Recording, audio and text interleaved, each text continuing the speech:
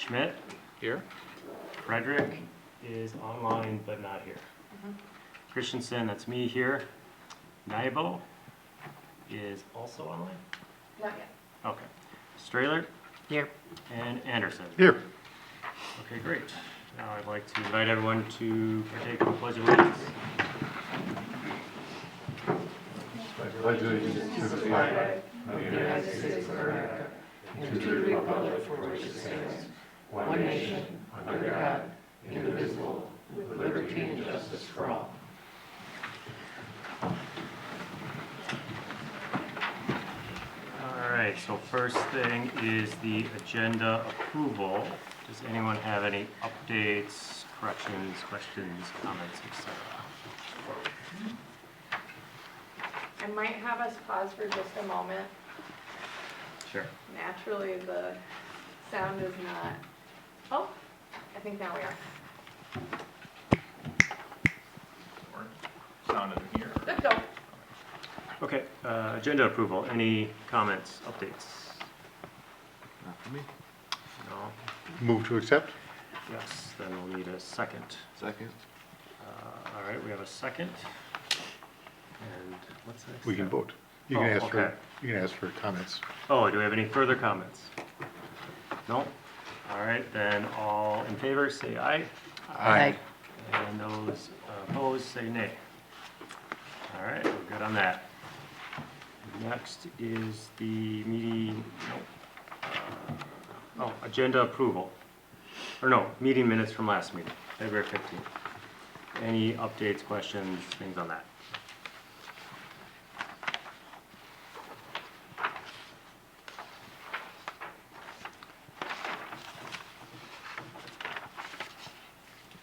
I'll move to accept as presented. All right, we'll take a second. A second. Okay, great. All those in favor, say aye. Aye. Aye. And those opposed, say nay. I think we're good on that then. Moving on to open forum public comment opportunity. Is it commenting on everything? Anything not on the agenda? Anything not on the agenda? Okay, so I'll get to comment on agenda stuff. Okay. We don't take comments online anymore? Nope. Okay. Unfortunately not. So looks like no comments for the open forum. Well, So we'll move on to presentations, HKGI introduction, and city park concepts. Chair and Commissioners, before we have her come up, I'm Jay Tobin. If we haven't met, I'm the City Administrator. And I have received some questions since the agenda went out about a couple things that I wanted to clarify before we do have Gabby present. I know that a lot of work and thought went into developing some concepts. And when I started on December 4th, for those of you, my background, I was the Parks and Recreation Director in Shakopee, and so I have a bit of experience in developing different parks. And when Jessica and I sat down and went through the plan, I then got staff together a couple things that I was concerned about of the concept plan that had been out. And we went on the ground and talked about some things. And then we also asked HKGI to do a site plan.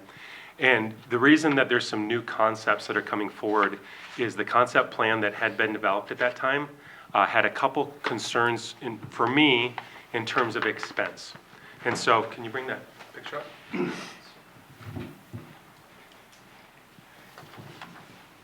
So a couple things that were concerning to me is I want us to be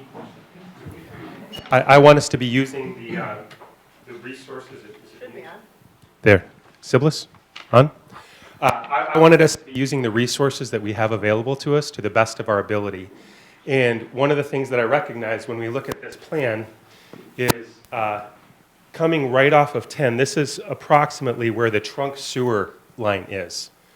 And these plans that were here had a lot of the amenities in this area towards the middle of the park, relying on the trunk sewer. And I've had some experience in the cost associated with moving a trunk sewer. In contrast, we also have a water line down here at the south end of the park that already goes all the way halfway into the park. So rather than spending a lot of our resources on plumbing, expensive plumbing, I wanted to explore opportunities for us to spend them on other amenities. And so the plans that HKGI is going to propose include all the amenities that were discussed. Nothing was eliminated. Just the idea was moving those things south so that we could maximize them with our budget. Another thing when we got on the ground that might not be evident to everyone, but this low-lying land through here, as I talked with staff, it floods pretty routinely. And in addition, the soils are pretty bad. So some of the amenities that we've talked about putting in those areas, we'd spend a lot of money just on the soil remediation or dealing with the soils. And so one of the things I asked them to do is, where can we get our most bang for the buck without having to move a lot of dirt? And that's why some of these ideas reflect that, is we're trying to put buildings and other amenities and spaces that we're going to get the most bang for our buck. And so I just wanted to explain that because as we got questions, I know a lot of thought went into it. And I imagine there's some frustration, like, hey, I invested a lot of time and energy thinking about this. Why are you doing this? And so the intent is to make the best use of the resources of money that we have and the best use of resources of the topography that we have, the realities of the topography that we have in the park. And so I just wanted to set that stage so that as Gabby comes up to talk about the plans that have developed, they reflect also the reality that there's a lot of maintenance required in this space. And in the previous plans, the maintenance crews were concerned that it didn't take into account where they needed to have some of their things and where they needed to store some of their stuff. And so we tried to accommodate that in ways that made sense too. So those are probably three key pieces that if you were part of the process before, you would appropriately be asking the question, it kind of feels like we're taking a step back. And instead, I just want to cast that, actually this is a step forward because we're trying to be really intentional about the resources, because when it comes time to go, we don't want to spend all of our money moving dirt around here in the lower land. Let's activate that space in a way that isn't going to require us to do that. Let's not spend $1 million moving a trunk sewer halfway through the park. So those sorts of I just wanted, any questions for me about that? I just got some questions this week, and so I wanted to set that stage because I can understand why you'd be frustrated if you've invested a lot of thought, time, and energy into it. It wasn't an intention to take a step back. It was an intention to take an intentional step forward, considering the conditions and stewardship. Thanks. So I'd just like to say this, the city's going to have to live with this design for the next generation at least, and to take a little more extra time and make it fit into the actual environment is all to the good. And it, as a bunch of civilians planning a park, that simply was not in our frame of reference. So I think this is really pretty tremendous. It's a good thing. We could wait and build it the old way and then say, if we'd done this, we would have been much happier. We'll still probably do that, but it'll be with something else.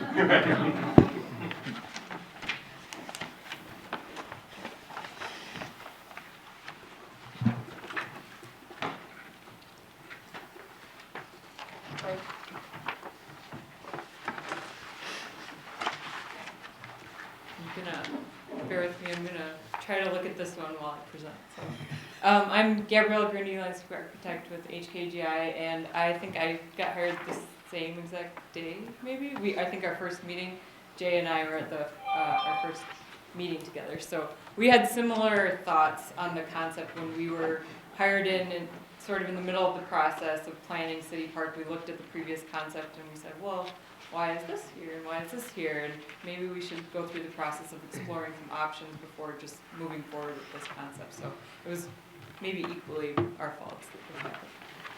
All right, so next slide. So the goals of this presentation tonight are to review and discuss the city park concepts that we've developed. So we have 3 concepts to review. And then hopefully we can select one of those or a combination of those to move forward with and refine the design. And then also a little bit touching on the park system growth and expansion and how that relates to City Park. Next slide. So since November, we have gone through the process of reviewing a lot of background information. We looked at the comprehensive plan, the previous concept that was developed, talked with city staff about a lot of the priorities that were discussed. So parking was definitely an issue, pickleball, developing a new splash pad, replacing the playground, developing a new pavilion, and then incorporating trails all seem to come to the top as themes that were in the previous concept and that should be developed into the future implementation. So we visited the site, so I visited the site along with staff and then a few other people at my office who have a lot of experience in park design. So we took lots of photos, we looked at where we thought the best features in the park were or features that needed to be improved. We went through a site analysis exercise, so we went through a long list of existing conditions, where are the issues, where are the opportunities, where are the great places that should be preserved, where are places that need improvement. We talked to some of the maintenance staff. So city staff went through this exercise, and then I went through this exercise with a few of my staff, and we came together and looked at what we had developed and came up with some concepts. So we went through some iterations of moving things around, seeing what fit, and then we have the 3 draft concepts to present tonight. So this is just an image of some of our site analysis notes and some of our photos. We were there on a day when it was very foggy and the ice was melting on the rigs. It was a little sad and it was quiet, but it was also beautiful. And we really felt that the creek and the woods were really nice features that could really be enhanced and celebrated more in the park. And so part of what we did in our concepts is focus more on those areas. So these are images of the 3 concepts, and just at a high level, we know ball fields are really important because Jess does a lot of programming at this park, and youth sports is very important to this park. So at a high level, concept A and C both have 6 ball fields. Concept B only has 4 ball fields.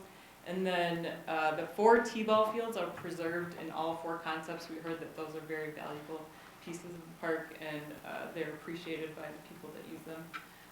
We used U10 soccer fields as a way to identify where plates of open space in soccer could be laid out. So concept A has 4 U10 fields, B and C both have 7, and then B and C have the ability to have 1 full-size soccer field if that is desired, it would fit. But A, there isn't a space that it would fit unless it takes over some of the ball diamonds. Is that on concept B, the full-size field, like, would it be where the 7 Yeah. smaller yeah. ones are? So Yeah, it's an really- optional, okay. Yeah. So it's not, because I was wondering where the space was for one, but it's Yeah. not both, it's, Right, right, okay. yep. And it's very light, so it's hard to see. Question of the soccer field. Youth soccer seems to be becoming primary user. How often does youth soccer use a full field? So currently our program, I can't quite see, sorry. Programming currently exists with U6, U8, U10, and U12 is the highest we go. So they're really not using the full soccer field. So incorporating those smaller fields kind of gives you a better idea, but it also shows, hey, we could do this, should we need to, for some reason, if it does get to that point. Thanks for that clarification. Okay, and then we also have parking, so we have used the existing parking areas in all 3 concepts, except concept C, we moved the large parking area to the northwest, but the parking stalls, there's 227 in A, 264 in B, and 235 in C, so whichever concept we choose, we'll refine based on the needs to maximize the amount of parking stalls and organize it in a way that's most efficient. Okay, next. So this is concept A. Go to the next slide. Go into a little more detail. So again, in concept A, there are 6 ball fields. So the cloverleaf today has 3. We've moved essentially the size of Snyder Field over to that 4 to complete the cloverleaf. So there are 4 fields there. And then in the place of Snyder Field, we have put the hockey, tennis, and warming house maintenance building. So the existing maintenance building is around 1,500 square feet. We're showing approximately a 4,000 square foot building with room for 2,000 square feet of expansion. We heard from the maintenance staff that really having space for their equipment is a key need in the park. So making sure that we identify where that is and that it's located adjacent to other amenities like the hockey that needs some of those maintenance equipment that are stored there. We're identifying keeping the star-shaped picnic shelter in all of the concepts. We thought that was a very nice amenity, and we think that it's in pretty good shape, so we've kept that in all of the concepts. In this concept, we have 2 basketball courts shown where the existing playground is, and then removing the existing tennis courts and replacing, or building 2 new tennis courts near the hockey and warming house. Meister Field stays where it is. The parking lot on the south side near the existing warming house is formalized and paved, so it's essentially the same plate of parking. And then we've identified in all of the concepts a space where the Diamond Lake Regional Trail comes in from the south, so that access point is shown in the same spot in all 3 concepts. And then we've identified space for a Three Rivers Park District trailhead, so looking at the space that they desire for their standards. In this concept, it is just to the northwest of that southern parking lot. You can see a small rectangle that says trailhead. Yep, thank you. Then Lions Field stays where it is, the 4 T-ball fields, and then to the west of that, where the existing parking lot is, so that's higher ground there, we're showing the new pavilion building, so that would include mechanicals for the proposed splash pad adjacent to it, and then indoor programming space. And then there is a new playground shown to the north of that, and then pickleball courts to the west. So those uses all work together, and those would be next to a new formalized parking lot. And then the regional trail, our thought is that that could go into the park and go up towards the center of the park, next to the creek and the woods, to take advantage of that natural open space. And then it would come out to meet up at County Road 10 to go into the development across the road. Okay. Oh, there's an amphitheater as well. How many pickleball courts? 6. And then so in these maps, that light blue on the left is like an elevated kind of woods area. I'm just The wondering. light blue is wetlands. Okay. So the NWI wetlands that are on the Hennepin County website. So those don't know how old that data is, or they have not been delineated in this plan, but that's where the boundary of wetlands are on that Okay. map. So if we do trails through the wetlands like that, or do they need to be like elevated in Boardwalk? some way, or? So for these, yeah, possibly. We've identified this area as a future phase, Mhm. so this main loop that goes around the ball field would ideally be the first phase. Okay. Which don't go through any wetlands, but yeah, this potentially could be a boardwalk. So you were in your proposal would be that outer loop? Is this like a second phase? That even the Yeah. trail itself? Yeah, I'd say anything up here would Okay. be later phase. And part of my question was like those fields on the bottom left, how much room is really around them if you were to lay it out like that? Can you really fit Yeah. 3 in there like it shows if the wetlands are right there? Yeah, that is a good question. That is somewhere that, well, there's the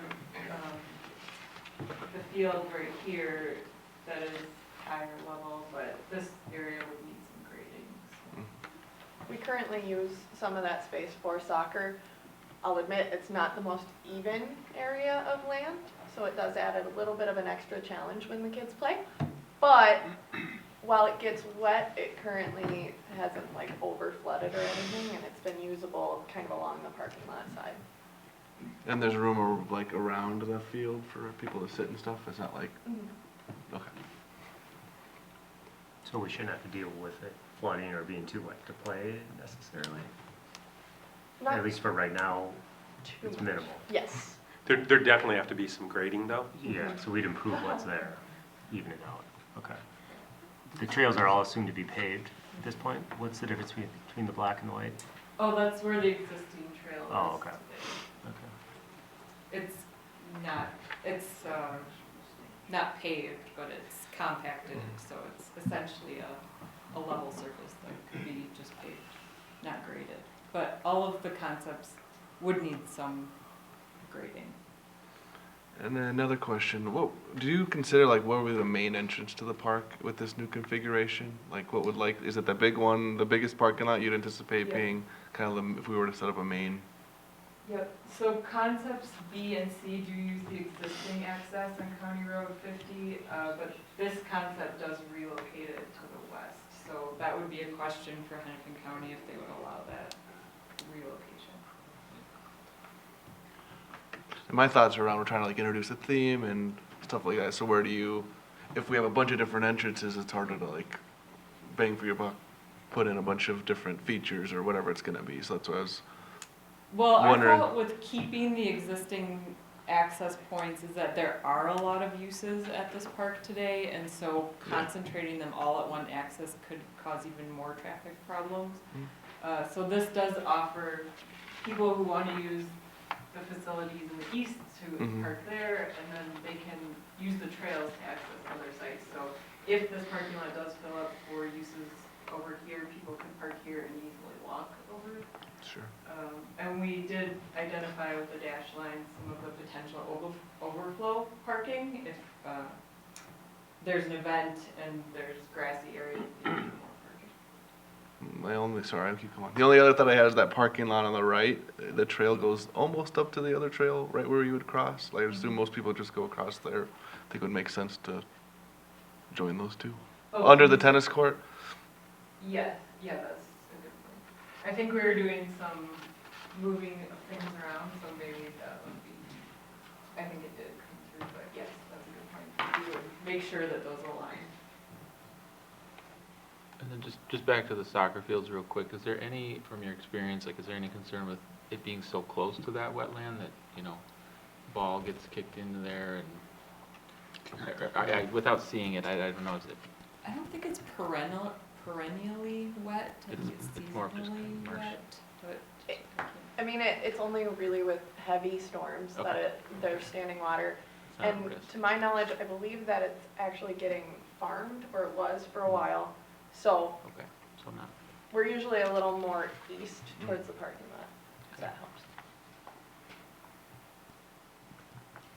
So one concern that we did have with this concept is that these uses are not the prettiest and they are across from a residential area, so something to consider when you're looking at how people view the park from all of the edges. We're not at the point of planting trees and whatnot yet either, right? So that would be So part we of that. could do screening, yeah, we could include Screening. screening.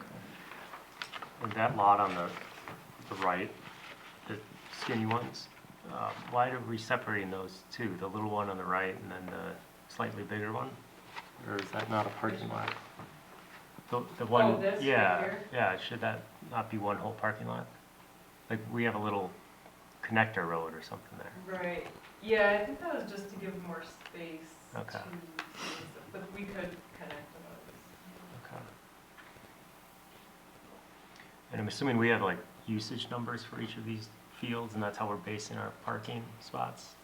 We're pretty Yeah, and we confident? would get a little more fine-tuned in terms of how the fields are used, because we did get the schedules, but I know the numbers change each year, so we would base it off of the highest possible scenario and then maximize the parking. So we could, this isn't fully designed, this is more illustrative Yeah, than right. actual laid out with all the dimensions, so we can expand the parking lots to include the numbers. But essentially, I think this is a good base level of parking for these uses. Well, one of the things that I was asking HKGI to do was, as I've heard clearly, we want this to be a gathering space for the community, is how do we help facilitate that? And so the amphitheater concept was one thing that was helpful, and then how can you activate the amphitheater, thinking about other do we start having concerts there, maybe weddings, that could be cool. And so then, do you have enough space for a small wedding or a family reunion or those types of activities in the pavilion? So that then the kids can go play on the playground, you can, have a family softball game, whatever your activity or your thing is as a family, it lends itself to a lot of different opportunities. But internal space is a premium, so making sure that we have a pavilion that's large enough, and then also when we talked about the warming house, that warming house becomes a usable space as a rentable space potentially for smaller gatherings, small birthday parties, or programming, and so just as we look at the spaces, want to make sure that we're giving us enough room to actually meet the intention of gathering as a community. And this one I liked how close the playground and the pavilion, or not, the pavilion and the splash pad are. Some of the other ones, they start to get close to the road. And so I liked at least being this far off of the main road. My only other concern was the proximity to pickleball courts and playground. I know we've talked about volume of pickleball and that type of stuff, so. You should hear the kids on the playground though, Yeah. too, so Yeah. it might work. Yeah. We tried to keep that away from the neighborhoods as much as possible, which is why you'll see it more centralized.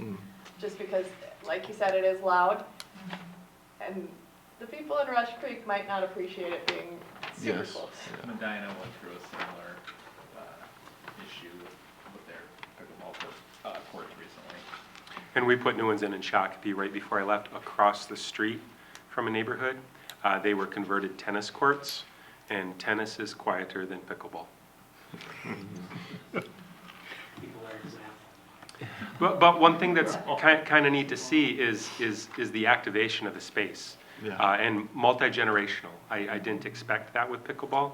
I'm candidly not a huge pickleball fan, but I am a fan of activating spaces in meaningful ways. And so seeing grandparents playing with grandkids, the skill levels so vary too. Whereas tennis, I can't hit a tennis ball, but I can pong a pickleball. So, I agree that by moving it away, that might mitigate some of that, because the south development is intended to be an industrial park in the future. Okay. So we're not going to have the complaints from an industrial park that we'll have from neighbors. How about that tennis court right there, closest to 10?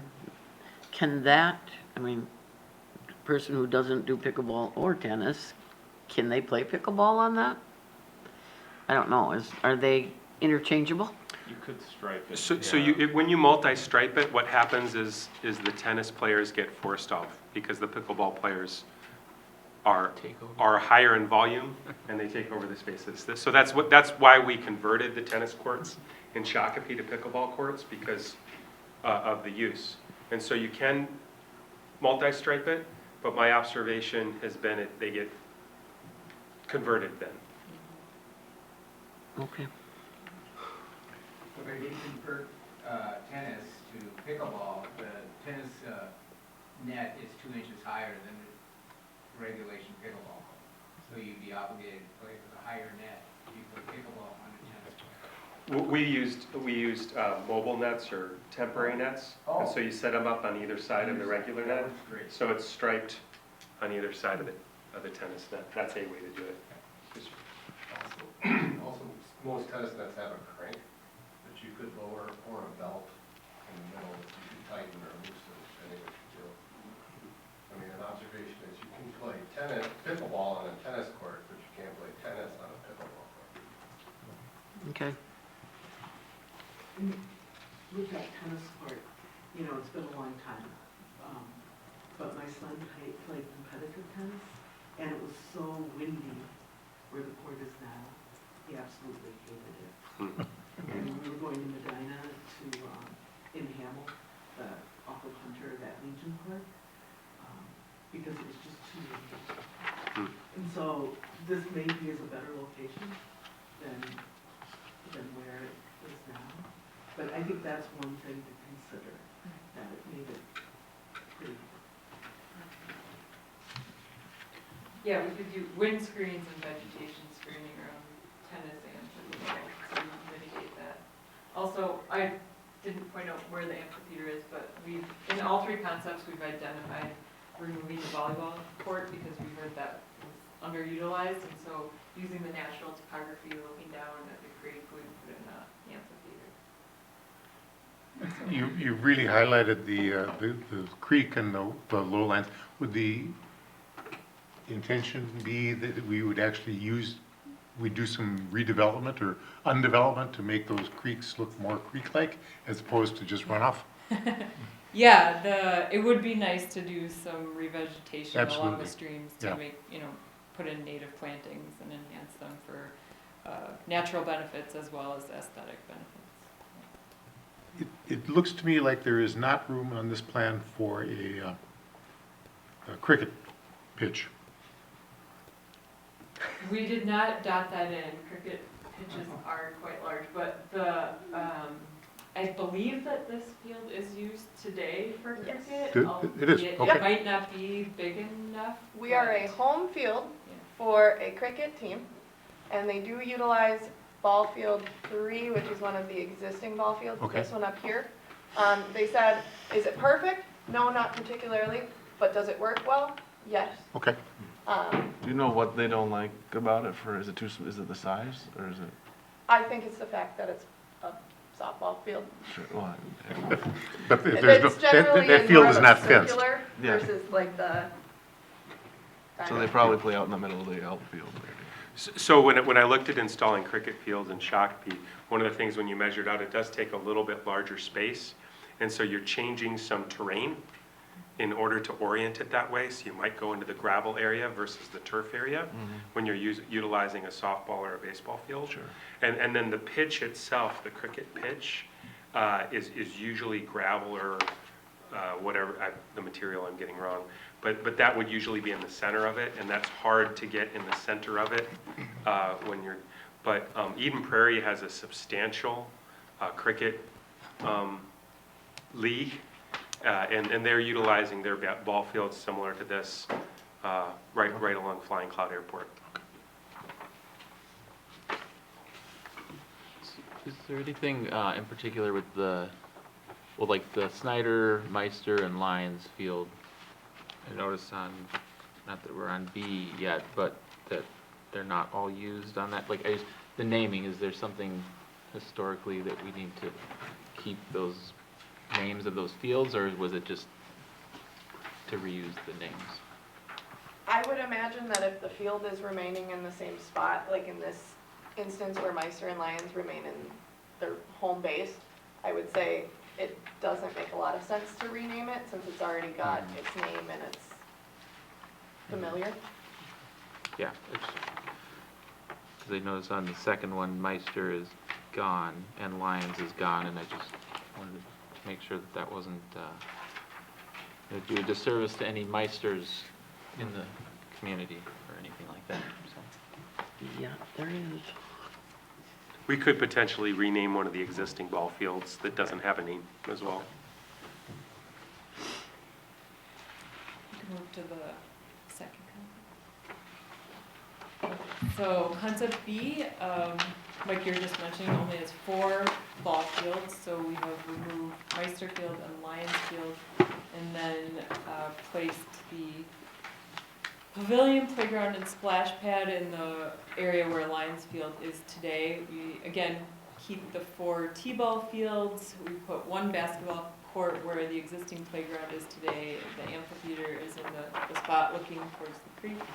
And then the hockey, free skate, and warming house are rebuilt in essentially the same location they are today, just improved. The parking lots are all essentially in the same location they are today. We've just outlined the stalls. And then Meister Field is removed and it's replaced with an open field event space and a picnic shelter.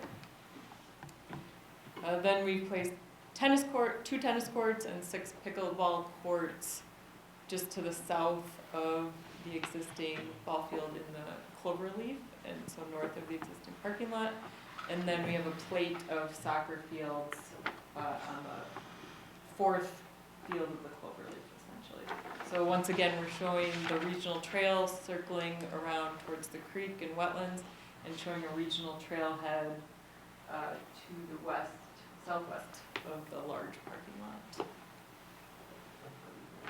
So this concept does a little less blowing up of the existing facilities. The East Snyder Field remains. We heard that the press box is very nice there, and it's valued, and that's a nice field. So keeping that, and then putting the event space and that corner where a lot of eyes get on the park could potentially be a nice use. And then the playground here is closer to County Road 50, so if that is concern, we could flip-flop the building and the playground, but that's also maybe a nice view from the road where you can see people using the park.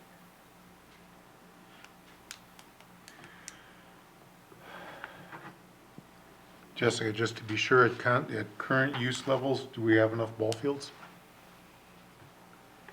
With keeping the T-ball fields, yes, I would say so. I think the T-ball fields were a little undervalued in the first concept. Okay.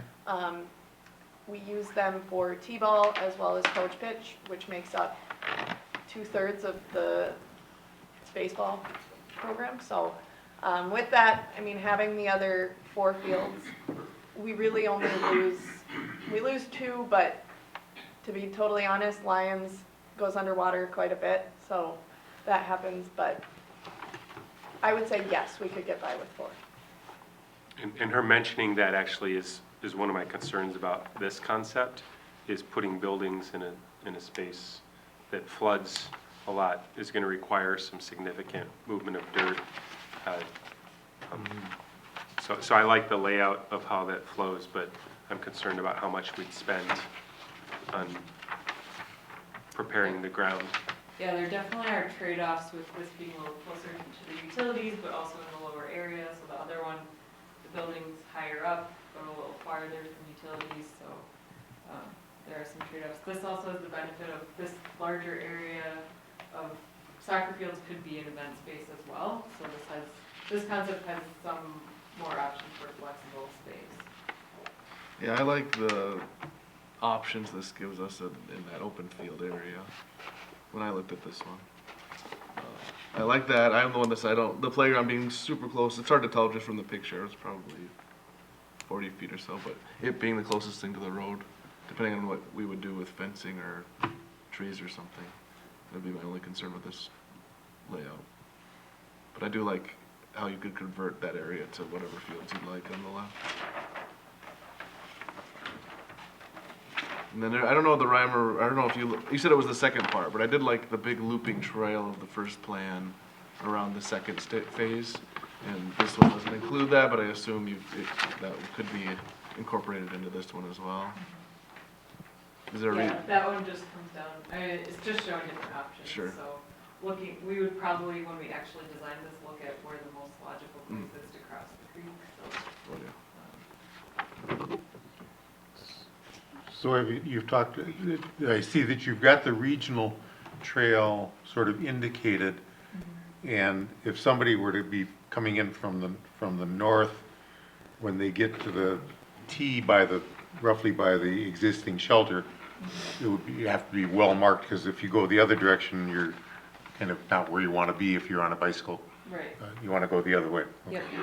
Yeah, and Three Rivers has pretty high, strict standards Yes, for they their do. wayfinding, so, Yep. yeah. Yep, okay. Yeah, this one doesn't have a quick connection between the exit and entrance if you're just going down the Diamond Lake Trail. You've got to go. That's okay. You want them to go through the park? And if I can just take 1 second to add one more thing. Sure. Because I may have missed it in concept A, but there was something at a staff level that we had noticed with A. The regional trailhead is located down here in the south. You'll notice that it's located right next to this parking lot. A discussion we had as a staff is that's really convenient for people who are coming strictly for the regional trail, especially considering I participate in a volleyball league at a certain park that shall not be named, and they have a lot of bikers that utilize it, and the bikers overtake a lot of that parking lot, so then the scheduled activities don't have a parking space. So you're found either parking on the road, in a place that's not marked, or what have you. So as you're looking at that, just notice the regional trailhead locations as well. But I'll go back to B now. So, Jay, I think you said we'd probably need more grading here because of the flooding, but we're also grouping more of the amenities. So we're on concept B, where the playground, where all of those amenities are Yeah. located, the playground and the building and stuff, right now is essentially where Lions Field Okay, is, and it floods every year. is what I'm being told. I haven't been here for spring yet. And so the consequence, that's an indicator of the quality of the soils, but also some of the things we'd have to do in order to be able to put that. In contrast, the concept A had it located on current grading that is probably about 5 to 6 feet higher already. And so we wouldn't experience those types of challenges as we're putting in those amenities. And so that was one of the reasons why leaving Lions Field there, knowing that it floods, but when it's not flooded, we can use it, so we're not spending a lot of time on it, but it's still usable space. Another thing we talked about as staff was just turning that area in there into just green space. You know, so you can go down there and play and stuff, but it's gonna be wet green space sometimes.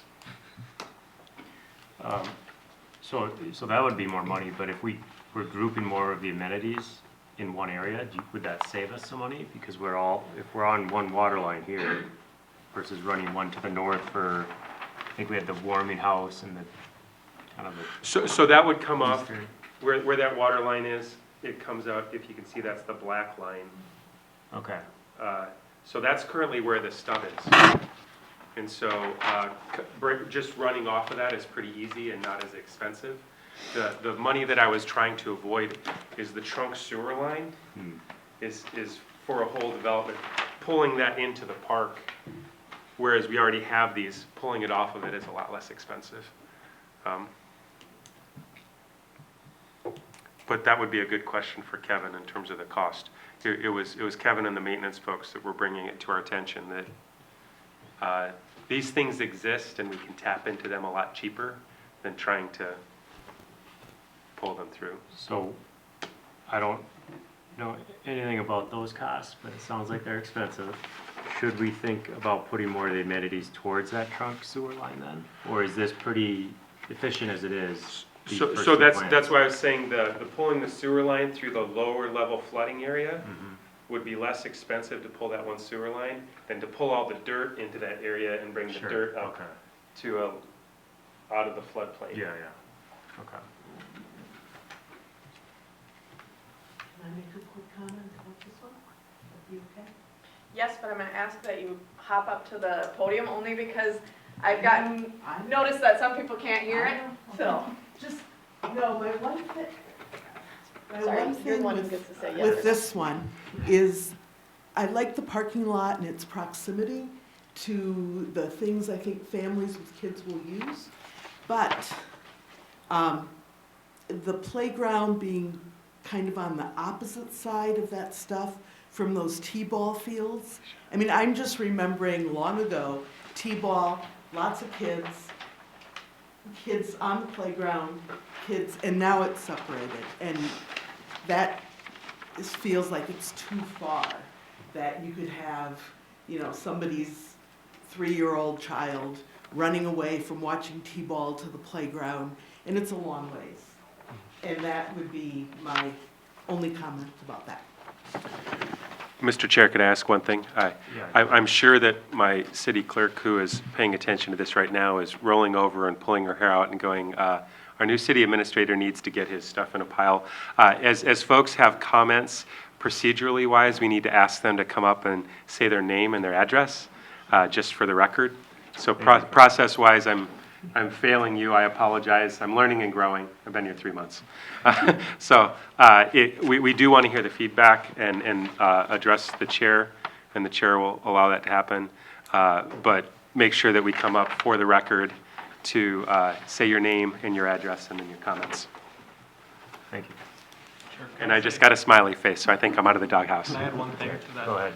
I think that's a valid concern. I think some of the original idea of having a playground, splash pad, and some sort of structure kind of all centralized was that if you have kids of maybe different ages, that you could be in that structure and keep an eye on your little one in the splash pad, your slightly older one in the playground, and slightly older one playing t-ball. It would probably be important to see exactly what those measurements are, but I think that was maybe some of the underlying design choice for that. Something I would note as well, the current location for the playground is right here, where the basketball court is. The T-ball fields are shown approximately where they're located currently, and then the playground is down here. So there is the building in the way, but it appears to be about the same distance, give or take, but I can see where the building would be a point of concern. And it's still, like, where it currently is farther, like, from the road and stuff. That's my only, looking at the proximity there, it's. Yeah, I think the measurement and what screening slash fencing would be important.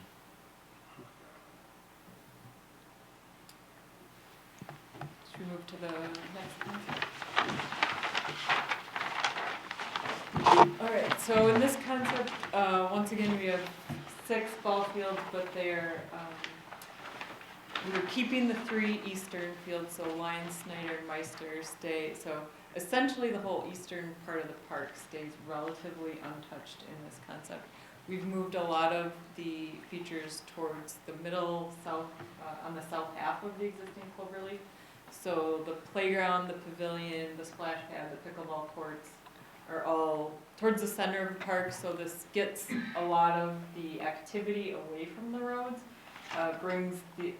utilizes the current entrance road, but brings it in to more of the center of the park, so the parking lot can be used for the hockey, the pickleball, playground, splash pad, ball fields, and soccer. So some of the fields are more to the edge, closer to the road. This does, again, include the regional trail, but there's a jolt in it, or some angles going around Lions Field. And then the regional trailhead is located next to the new large parking lot. So this concept does have some of the facilities that need the water and sewer lines a little farther away, but it also leaves the existing facilities in place so that, you know, those can be used as is, and you're not rebuilding those facilities. And then the pickleball and some of the louder uses are away from the residential areas. Is there no tennis in this? And it says 2 tennis on there, but I thought one of the disadvantages of this one didn't have tennis court. Yep, that's a mistake, there are not tennis. I see a spot next to the basketball courts where. So this space where the existing tennis courts are today was identified as not the best location for tennis, is that correct? So there is, if tennis is desired, we were unsure on, we knew pickleball was desired, but we were not sure how much tennis is desired. If that is a desired use, we could definitely add that in somewhere in this area. Question? Just to help the You say- Nope, you gotta go up. Go up to the mic. Excuse me, sir? Sir? I don't know that it's worthy of. Or actually, ask. Excuse me, sir? If you have a question, if you wouldn't mind, go up to the podium, state your name and address. Withdraw my question. Thank you. So I like how everything's central here, but we are increasing the cost, right, of running the water trunk, all that. We also have a longer drive to get to the main parking lot with kids running around on all these fields, so that's somewhat of a concern too. I like how the first 2 plans had them right off the main road, which is, I think, where they should be.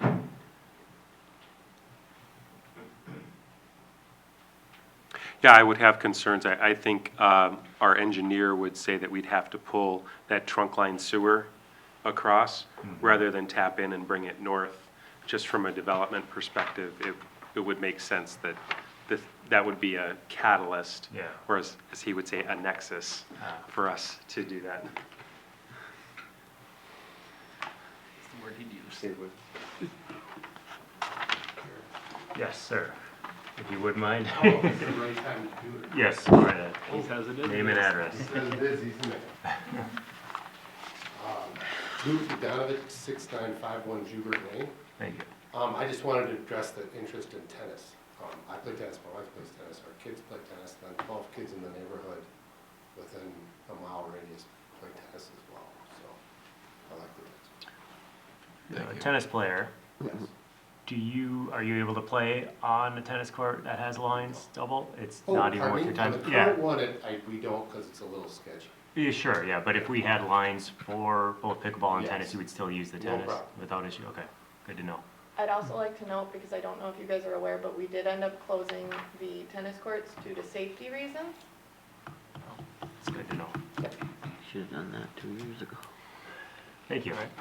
Appreciate the That's help. good to know. Sure. Yes, As another tennis player, I wholeheartedly agree. agree with everything you said. Yep. Noted. So I would, if I may, Chair? Yes. Ask a question of Gabby. Is it worthwhile to consider then, instead of exclusive pickleball courts? Because on a tennis court, you can put 2 pickleball temp courts. And so you could have 2 tennis courts and have 4 pickleball courts, multi-use.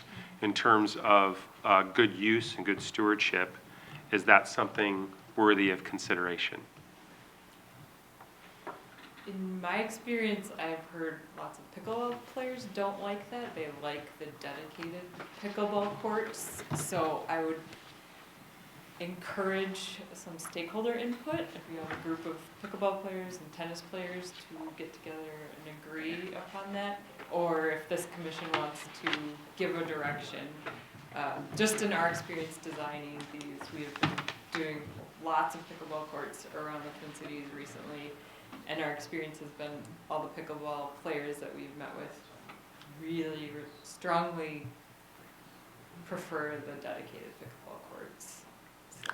I affirm that was my experience too. I just wanted to, the multi-use has became contentious, which is why we went exclusive. Right.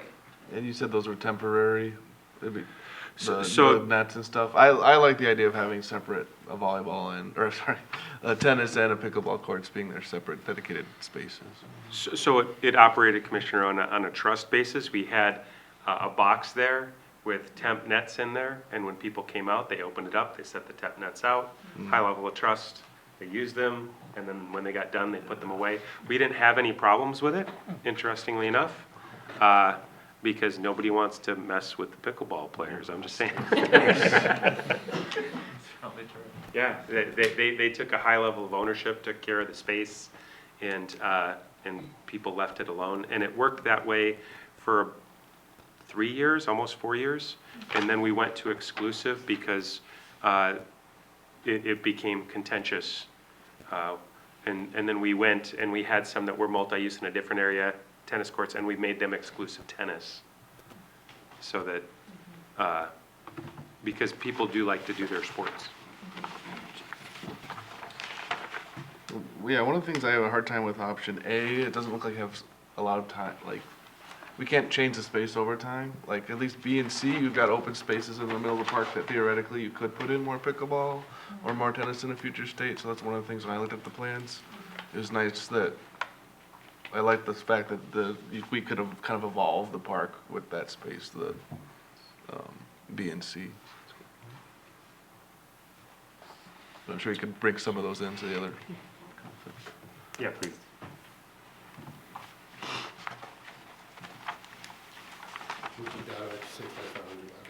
I've been involved in building tennis courts versus resurfacing tennis courts, and it's way cheaper to resurface them. So if it's not have tennis versus resurfacing the existing ones for cost efficiency, that makes sense to me. Okay. Because it would save a lot of money versus building one from scratch. Right. Thank you. In discussions with our public works staff, I don't think there is salvaging that tennis court. Beyond that. Yeah. Yeah. One thing that we did not include in any of this concepts, but we did discuss with staff, is that there are some communities that are building pickleball or tennis or basketball courts within hockey rinks. Right now, your hockey rink is not paved, but if you were to pave the hockey rink, that could be easier to flood in the winter because it's a paved, even surface, and then you could have the dual use with the pavement being used for either basketball, Yeah, pickleball, or or- tennis. I had 3 different kinds in Shakopee, and I agree that it was really nice to have multi-use. And when we were resurfacing the pickleball courts, we actually striped pickleball courts inside the hockey rink so that they could play pickleball in it for part of the season. The only thing I think about, like with the pickleball and of course living in Corcoran for all your life, people come up and they never say, Judy, when is the tennis courts coming in? That's like, when are the pickleball courts coming? And they said Bellwether has overgrown their pickleball courts, so it's just impossible to get on.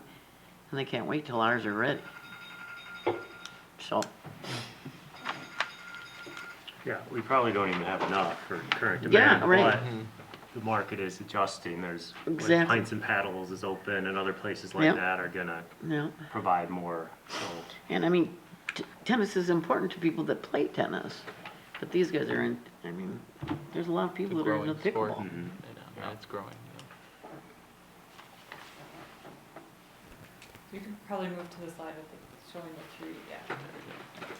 So tonight we're looking for direction on if there's, I've taken notes on some of the comments tonight on what's preferred, but if there's a direction to move forward with one of these or combination, that would be helpful so we can refine these to the next step.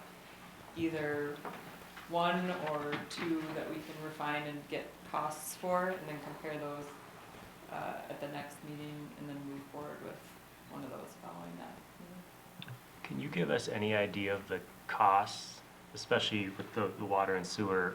Like, is C the most expensive, or is it go from cheapest to more expensive? The only reason I ask is because if we have an extra $500,000 just for Right. sewage, Yeah, and we're gonna miss out on some other amenities because of that, well, that right. would make or break a decision. So we did talk about developing costs, and I felt like we weren't at a point where we could develop costs because these are, while they are scaled appropriately, they are still conceptual, so we do not have a survey for the site. So if we're looking at grading, we would be guessing a little bit based on the topography and LiDAR data that's at the county, on the county mapping.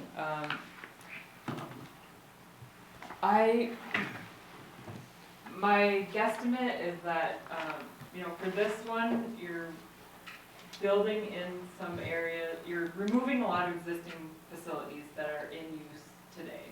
So while it may be closer to utilities, you also have to rebuild facilities to the west. So this is a lot of soil moving and utilities throughout the entire southern half of the site. C is moving, not really touching the eastern side, so it's less soil moving in a more concentrated area. It could be, 6 to 1, half dozen the other. Like Jay said, with the concept B, there is some concern with this being in the lower area, but it is closer to some of the utilities as well, so it's really hard to say which is more. I think we could look closer at the concepts. Looking at the previous concept, there was a cost estimate, and a lot of, I'd say most of the cost was in paving and utilities, very little into the facilities, and so you're gonna have that either way, and they had the facilities up in this area, so we're not even showing, I guess it's probably closest to C as to where they have the facilities, but it's hard to know without getting some more data and then working with the engineers to, define what those utility costs actually are. Okay, thank you. Would your concern about C, like, when I saw C, that was by far my favorite, just because everything's concentrated. Would your concern about the road, which I do agree with, change if, we put it into the left of those soccer fields, right, and just a kind of a straight shoot right to it there, and you can even move the soccer fields over, but that way it's just straight shot, you have everything concentrated, you keep the eastern side as much as it currently is. And when I think of going to a space like this, having that parking lot right in the middle, and you're not having to walk really far to get to wherever you're going is probably most ideal, in my opinion. But I'd be leaning towards option B, with the caveat that the playground is not too close to that road, and ideally it'd be on the same side of the pavilion as the other kid activities, so the T-ball. I like how the lots are closer to the main road. Like, I get what you're saying, John, you want to have everything central, everything's right around it, but you also have a lot in the middle of everything. So safety, but also you're staring at a lot, which is the least pretty of everything in the park. So if we can push it to the side, I'd prefer that. What do you think about if it was like option, I like the left side of option B, I like the right side of option A, like I don't. I'm gonna get a third, what I like is you have that open space you can I like that too, yeah. But the playground and the amenities and the parking lot I like on the left, so I think when I look at these, if we're considering all of them, that's kind of where I land is, I like where the playground is, the splash pad's the parking lot of A, but would prefer to convert one of those baseball fields into more open space like that. So this I see what you're saying, yeah. So we lose a baseball field on A, get the more green space, but then keep all the facility layout on A. And avoid the concerns around the low-lying, changing lines Yeah, we field wouldn't and have all to that. regrade as much.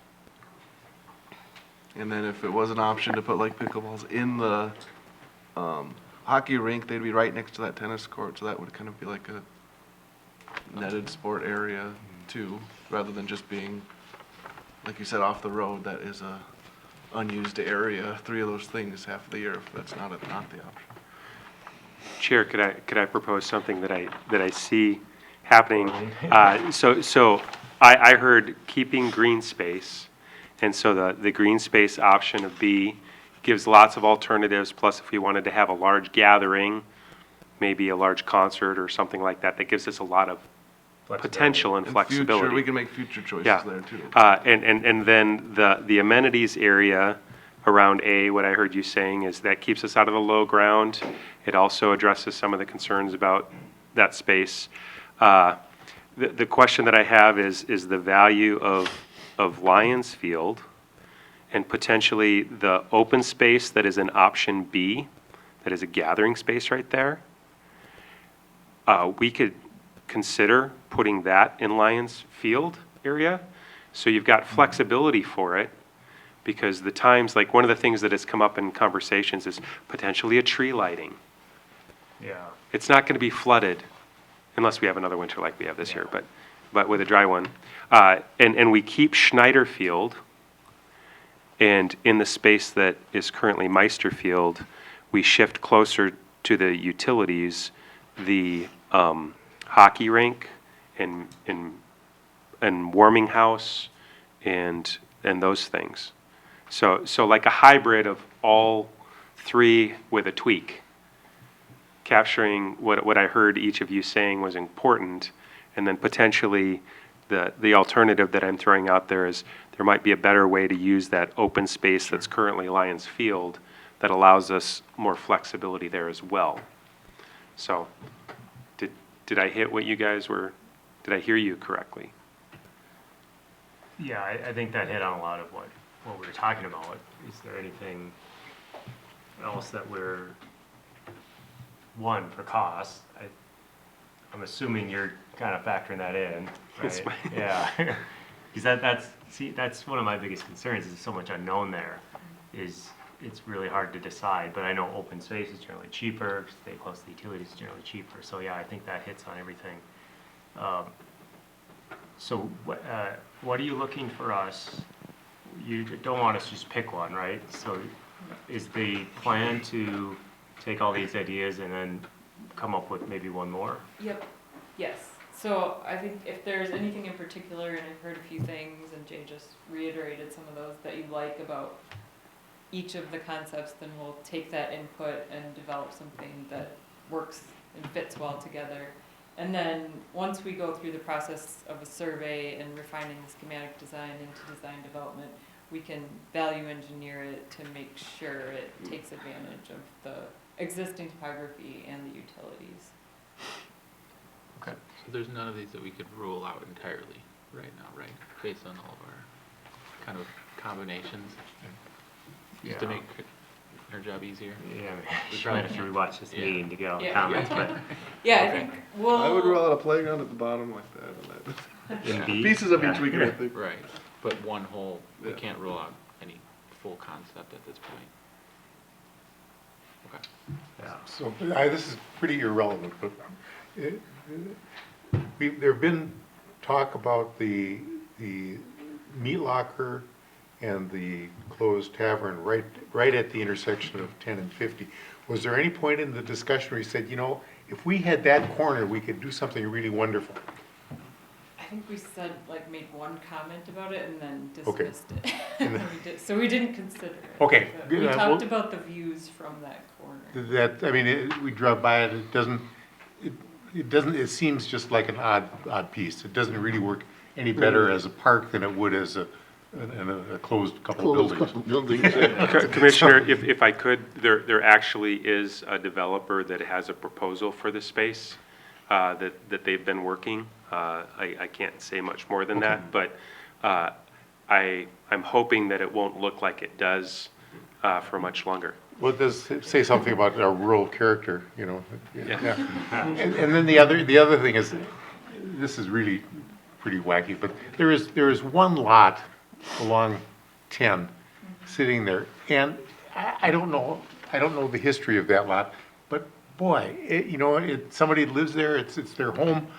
If that should become available, would that be something the city should consider purchasing? That's a good idea. I think thank you. Which one? It's Right in the middle, one top house. right. Oh, yeah, With the right, big right. sign that says, It this is not a it doesn't really turnaround. serve, it's not a great home lot because it's got all these kids playing stuff all summer long. And I think the guy's about ready to throw rocks at cars that turn around in his He's got a driveway. sign out there, yeah. Yes. So, yeah, I think that really should be part of Corcoran Parks. The one thing that I like is I do like C, and I do like B, but I like all the ball fields in C, and I really don't want to see them renamed. They're always going to be Meister, they're always going to be Schneider, and they're always going to be Lions, no matter what you put in there. You can rename your new ones, but the old ones, I don't want to see them renamed. I would agree. That's part of our history. Do we have comments, or can we even take comments from Michelle or Val? Nothing, okay. Is the amphitheater currently there? No, that would be a new, okay. Okay, yeah. Because one of my only thoughts, I didn't say it earlier, but was just how far away that is from kind of any parking lot. But, So do you need a motion from us, or you just take our comments and you can work with that? Just input. Okay, So we can move to, there's a couple more slides. You thought you were done. let's keep going. Okay, so I know park standards are on the agenda following this, but we talked about how this park fits into the larger system. So some potential ideas to consider for future planning, future growth, and then understanding how City Park and the facilities within it fit within the larger system. Some of the further tasks, envisioning that could be done, or continuing to evaluate trends, taking input, so seeking input from the community as well as the Parks and Trails Commission on trends, and then park and facility distribution and access. So as the community grows, making sure people have access to facilities, whether that's through trails or walking within their neighborhood to facilities. Also adjusting programming as needed and as more people come into the community. Planning for ongoing maintenance and new growth, so asset management, looking at what are all the facilities as you add new facilities, making sure that long-term you're planning for maintenance and upkeep of those facilities. Maintaining partnerships, so utilizing the Rivers Park District, Hennepin County, and other local organizations that you currently partner with to provide either programming or partner on amenities. Seeking input, like I said, and then developing a vision plan for the system as you grow, making sure that you're representing the identity, the rural character, some of those key ideas that are in the comprehensive plan, and then making sure the park standards meet that vision. So, go to the next slide. So next steps is we'll take the input, I'll compare notes with staff, we will refine these concepts, and then come back, I'm not sure if it'll be the next meeting or another meeting, to review the refined concept. We'll have a little more detail in terms of costs, and then following agreement on a preferred concept, we would begin to develop the construction documents. Ideally, this would be a 2025 project. And this time you're hearing it from them.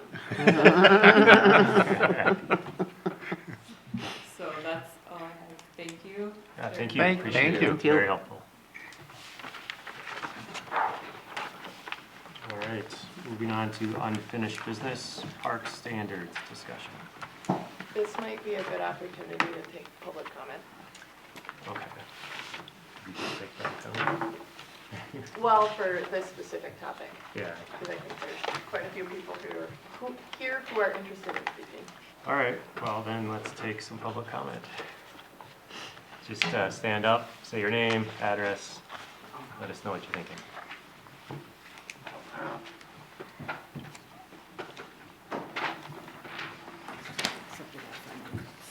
My name is Catherine Grevas. I live at 6747 Old Sturbridge Drive. And I know we're here to talk about the overall policy, but I may end up inserting a few things that are specific to the open space park to the east of Old Sturbridge. So the first thing is a general public policy thing. I think it would be great to have a set kind of guidelines for a naming convention for these spaces. I think they need to be moved from the developer name as quickly as possible, even if it's another working title, because using the developer name, even if they did donate the land, makes it exclusive, makes it seem like it's attached to that. So maybe calling the one to the east of Old Sturbridge, like the Southeast Open Space Park for now, might be something, but it would be good just to have a policy that talks about how these are named. I love the Wildflower Park, name. It's not specific, it's specific to the park, but not to what's around it. And this one, I keep kidding, I've told some of the neighbors who are here, I think we should just name it Owl Hollow or something like that, because those owls lately, those barred owls, have been really noisy. So that's the first kind of general thing, but a little bit specific to where we are now. I also think as part of the standards, I love that you're going off of something. I mean, these standards that are here now are the basis for standards, I think are really good things. I think open space parks,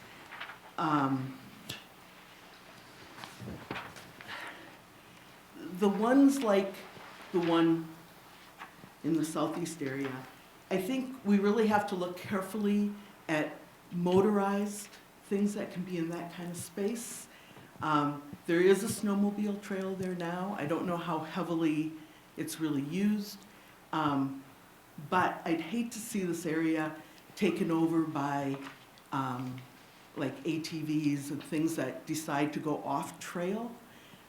I have a neighbor who's not here tonight, and it's not this neighbor, it's like 2 or 3 neighbors before that thought it'd be a great idea to run their ATV through their land, and that land in that area is just wet underneath. It's just, it's clay, it's mucky, it's wet. And this has been maybe 15 years since they ran up and down, and you can still see the divots. They've never really recovered. So I think we need to be careful with motorized access. And some of my neighbors that are here tonight, they can tell you stories about, over the years, people who have been back there, and how they got stuck in the mud, and things like that. So I'd like to not see a lot of motorized vehicles in the heavily wooded open space areas. I like the idea in this, it talks about neighbor input, because the neighbors, 2 of them are here tonight who back up to that property, but all of them along that property have been, know it really well and know what's back there. And I think you'll find that around any of the open space designated eventual open space properties. Maybe in our area a little bit more because it's next to a neighborhood that's been there 50 years. But I'd like that, a lot of neighborhood input into these parks. No fires, whatever happens. No idea of having little spaces along the trail where people could come back and set up their little grill and a fire. There's no, I mean, it's wet, the ground is wet, but there are no city services. They're at the edge of Ravinia, but they're not in our neighborhood. And then the final thing, I think access is important. And at a trailhead for like an open space park, it would be great if there were some kind of place to get water, a bathroom, those kinds of things. But no, I'm going back specifically to the open space that abuts our neighborhood. We don't have water. We don't have sewer. We don't have storm sewers. And, you know, we're unlikely to get them. Though I did tell Councilman Nichols that it's probably just as expensive to put in a new septic system as it would be to bring sewer to a house in the neighborhood. Because we're all treed and you have to do a lot of tree work. So I think we have to look at when access points that can be put in, maybe when a development goes in, and key off of those in order to have those kinds of facilities.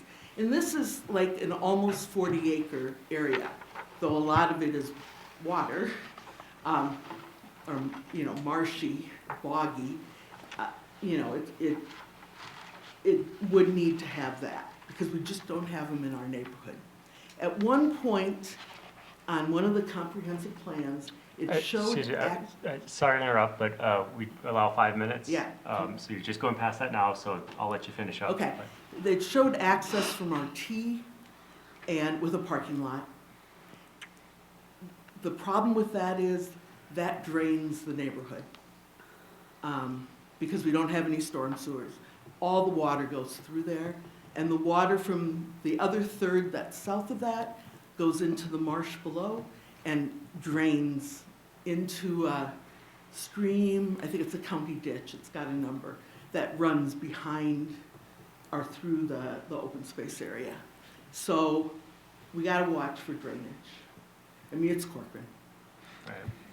Okay, thank you. Thank you very much. Yeah, I appreciate the comments. Anybody else for public comment?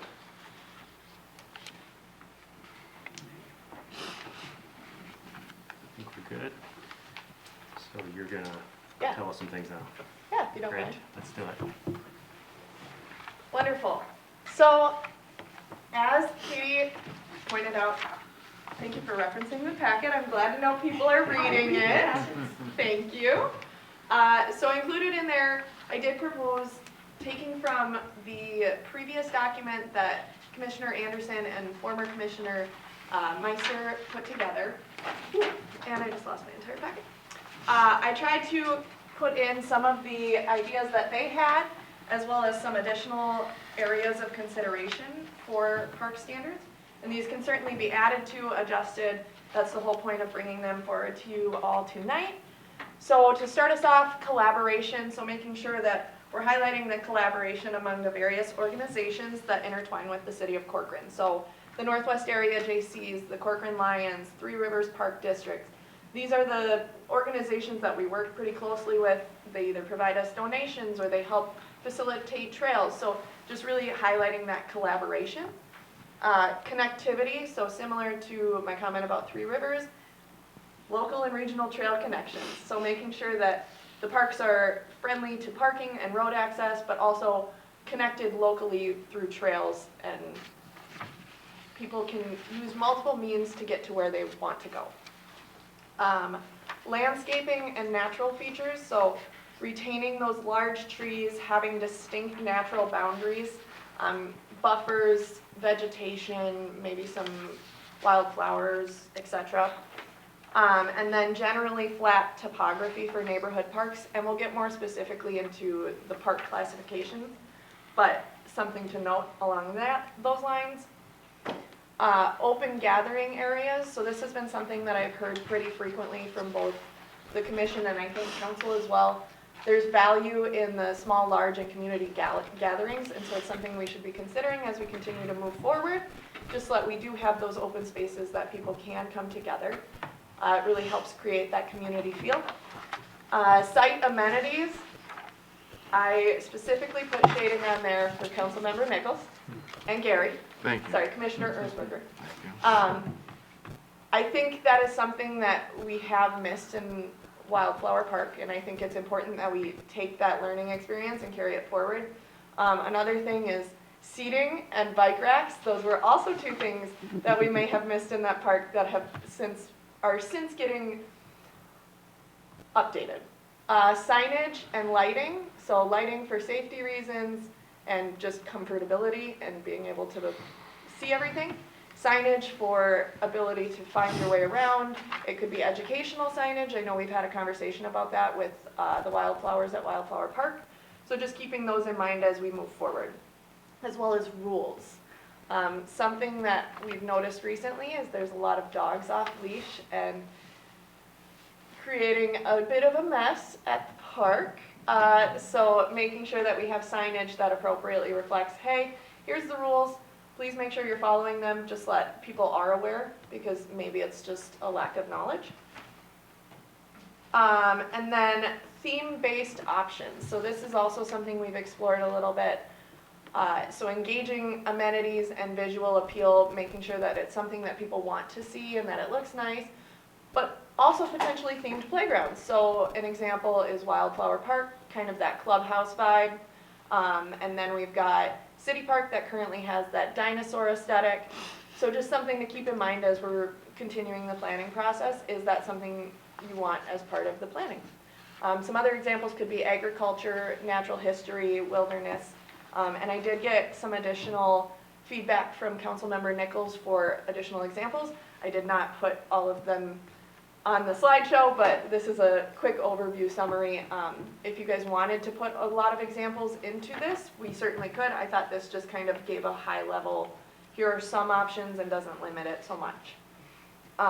Continuing on to park classifications more specifically, we've got neighborhood parks. Currently in the document that exists is 5 to 20 acres, flexible to be repurposed as needs change. So Commissioner Erzberger, I think it was you during the city park discussion, you had mentioned that you liked the green space because it provided a chance to expand and be flexible. It was like you read the packet. Adequate parking is also something that I've heard the commission talk about a lot, and I can tell you from my perspective at City Park, when soccer's going on, adequate parking is something that is huge. Buffering between parks and nearby homes, so again, that vegetation, that difference in basically showing that this is the parkland and here is the neighborhood home. And then interactive features promoting social interaction and recreation. That could also encompass the open gathering space, because that can be used as a play area, whether it be, soccer or just general running around playing tag. So that is what I have for neighborhood parks. Open space, no, go ahead. Do we want to take breaks in between slides? I know that Gabby stopped and she let you guys talk. I normally go through them all, and then I just let you guys give me everything at the end. What is the route you want to go? How many slides do you have left? Maybe like 4, 3? Are we okay waiting till the end? Mm-hmm. Okay. Sorry. Take good notes. I mean, you can certainly jump in. Open space parks, currently it says 20 to 100 acres with a focus on conservation and sustainability. I think I've heard everyone loud and clear, we love the trees. Let's keep the trees as much as possible. Let's try and conserve that natural area and that focus, and maybe incorporate some educational opportunities. Again, that's the conversation of the educational signage at Wildflower Park, telling people about, hey, here are some wildflowers that you can find in here. And then infrastructure with minimal environmental impact. So the comment about bathrooms and trailheads, being mindful of the environment at the same time. I'm almost done, I promise. Community playfields, so this was something I did take from the old document. Playfields should be a minimum size of a regulation soccer field. I think that's something that we could look at and maybe reconsider because we don't use a lot of regulation soccer fields. But again, keeping in mind that open green space I think is very important. And then a variety of sports fields and courts with appropriate amenities to support them. So restrooms, seating, parking, etc. But not just having a baseball diamond, maybe incorporating pickleball or incorporating tennis or making sure we're having that variety to meet the diverse needs of the community. So, linear parks and trails, making sure that it's accommodating multiple user types, walking, jogging, biking, not limiting it to strictly walkers or bikers. Parking and trailheads as necessary, so making sure that those who are trying to access the park or the trail from somewhere else can park there and then go on their way. Mixed use areas along corridors for additional recreation activities when applicable, so having that green space in being able to hammock or picnic, something that, yeah, you might be on the trail, but you might need a little break and you can pop off with your family to the side and just kind of gather. This is my last slide. I'm looking for additions, adjustments, or eliminations on both the proposed system-wide considerations as well as the proposed standards for park classifications. If there's things that you think should be edited, updated, added, removed, I'd love to hear it. I would like to get this updated and then bring it back in we're in March right now, so April meeting, and then get kind of a final, yep, that looks good, and then we can pass it off to the council. Thoughts? Just on the game plan, and then we can go into thoughts on specifics. And if you want me to go back to certain slides, I can do that. If it's easier to, you tell me. The end goal is to get a working document that we reference every time we're in the park, right? So we can, almost like a checklist, right? Yep. Okay, that's the ideal. So that there's a little more guidance, right? Yep. Did I miss it? But do we have a naming convention in here? We do not. Okay. We don't currently have a naming policy, I will say this much. In the last month, I have saved at least 7 cities' naming documents because I kind of figured this conversation would be coming. And I have been in communication with a few cities on how they go about it. I think it is a topic of discussion that we should have in the near future. As of right now, I don't know that I have the materials Sure. to That's provide fine. you everything. Yep.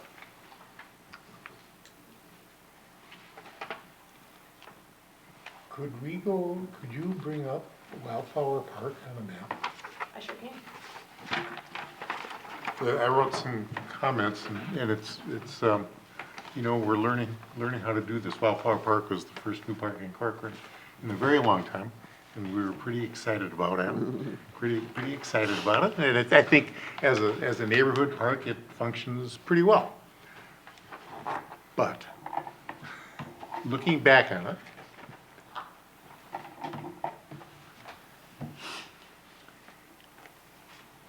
Is that what you wanted? yes, that's super helpful. wonderful. The northeast part of that park isn't really a park, it's a wide trail. And that comes really all, you know, even further down than that. And so it's some acreage, but it doesn't function like a park. There's nothing you can do there except walk through it. And that's a trail. And, you know, we just didn't catch it.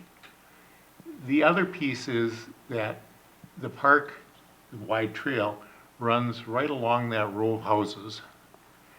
And those really should be part of the park. If you take out those 5 or 6, or all of them along that row, that park would be a lot more functional. It would be more than, it would, you know, increase the size significantly. That's developer money. They're invested in putting as many houses as possible, but even so, especially those first couple houses, they just kind of chew up the park. And then the last thing is that the space is not level. it drops off significantly, which really limits the kind of use that we could have for it. To put in a half-court basketball would involve a fair amount of filling, significant amount of filling. So,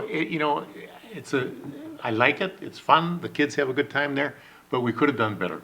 And so that's a lot of my comments, stuff about a convex area. If you take two lines pick 2 points in that park and draw a line between them, it should stay in the park. I think that's just common sense, and we just missed it.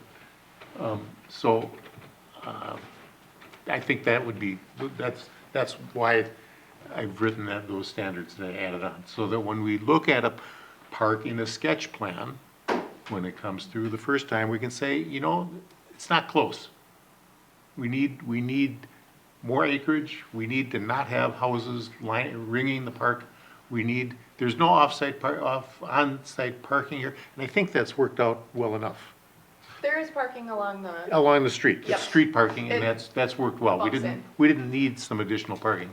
But, if it's a little bigger park, then we might want it. It's a neighborhood park, so it's for folks in the neighborhood, they can walk and bike there. So that works pretty well. But if it's a bigger park, then we need better parking.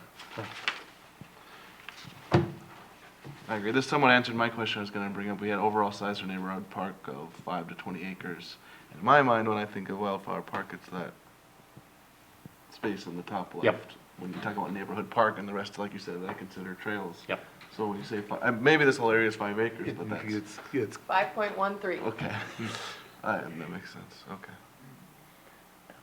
I don't. But it might be worth considering how much we should, especially on the lower end of that, allow to be trails as part of a neighborhood park.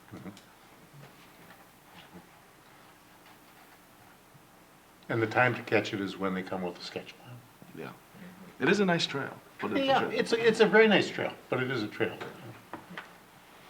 And the other one you didn't bring up along that I do like about this, we have like dog waste type stations along this, which is really, I think, helpful. We don't right now. We do have, Oh, we do? both sides, at Okay. the entrance, or right in the middle of that T. So that's another amenity that's helpful when you talk about just amenities, like dog waste stations, or even at a small park like this, good. I will note, I think the HOA does have some dog waste stations throughout, so I don't know if that was something that was intended to be maintained through the HOA but it's a good thing to consider moving forward, especially for areas that might not have HOA maintenance, i.e. community or city park. Yeah. Keeps dog owners honest. Yeah. That's just easy, if it's right, yeah.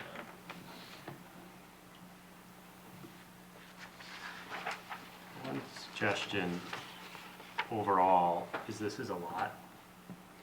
So maybe what would be helpful is to tackle these one at a time. Like we could have a whole meeting, and I think we have, on signage. And we could have a meeting on park rules, park classification, naming conventions. And I don't think we'll be able to get that figured out tonight, so maybe start parsing this out. So every meeting we could tackle one of these items or something. I will say naming is normally its own standalone policy, so I don't know that it Sure, would okay, necessarily be yeah. included in here. I would say this is kind of very broad, like, hey, make sure you're considering these items was the vision I Okay. guess I had. And then we can get more in depth with policy specific for like naming and wayfinding. Yeah, okay.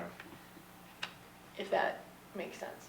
I think this just kind of provides, I don't want to say a starting point because it's more in depth than just a starting point, but it does give a place to, okay, did we meet this? Yep. Did we get this? Did we consider benches, shading? Right, yep. Okay. And you But if had, there are policies you do want to see updated or created, wayfinding, naming is what I'm hearing so far. Let me know if there's other ones. Yeah, I mean, the themes that'd be a good one to dig into that a little more. What are the themes, what are the rules around it, does every park have a theme, all that kind of stuff. But I'm glad it's on here. and the other one that wasn't on here, and maybe it's part of a different policy, was making sure the trails that are connecting to the park have very specific indications. Like we saw at Wildflower Park, a lot of the crosswalks around that aren't really marked as crosswalks or weren't until recently. So I don't know if that makes sure the naming could, or the crossing conventions alongside neighborhood parks or these other parks is specified in our, And we have a policy for crosswalks, so I think part of it is, correct me if I'm wrong, is dependent on if it meets those thresholds. yeah. And if it would be helpful, I can certainly send that out. No, I remember looking at that before, but Okay. as long as that's in there rather than in here, that's fine. Okay. Yeah, we included it in, development process so that it gets picked up, because for two examples where we had to install recently, one in Ravinia, one in Bellwether, are things that probably could have been included by the developer had we thought of it and had the policy at the time. So I would think with a lot of these, you know, we look at City Park, might be something different, but, for most of your parks in a new development, I think you'd be able to get it accomplished by that.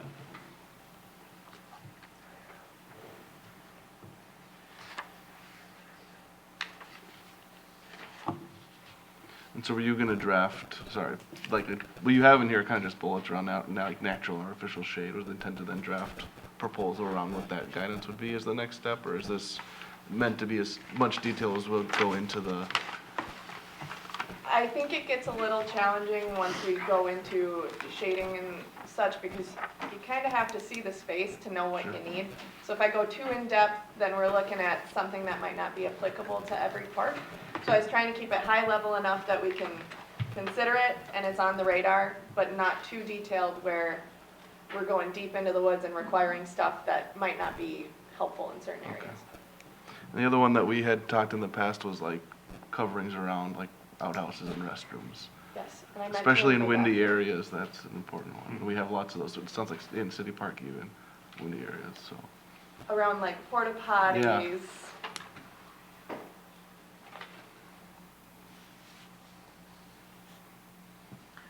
Something else to note, under linear parks and trails, the standard for city trails is 8-foot wide, 20-foot easement. I think that would be beneficial to put that in there as well. Just as a reminder, we do have trail standards as well, but it might serve a good purpose in this document.